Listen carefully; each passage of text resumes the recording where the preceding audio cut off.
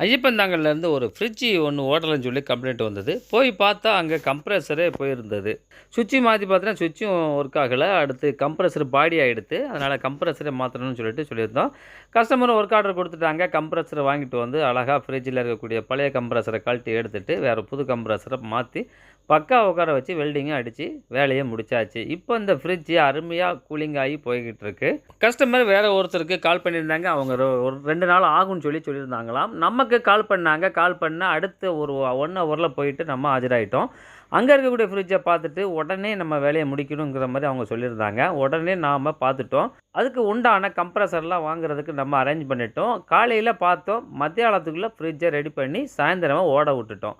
இப்போ இந்த ஃப்ரிட்ஜ் அருமையா போய்க்கிட்டு இருக்கு. கஸ்டமர் நீங்க மட்டும் எப்படி இங்கேயே வேலைய முடிச்சு குடுத்தீங்க? எப்படி அரை நாள்லயே வேலைய முடிச்சுட்டீங்கங்கிறது ஒரு கேள்வியா அவங்களே கேட்டிருந்தாங்க.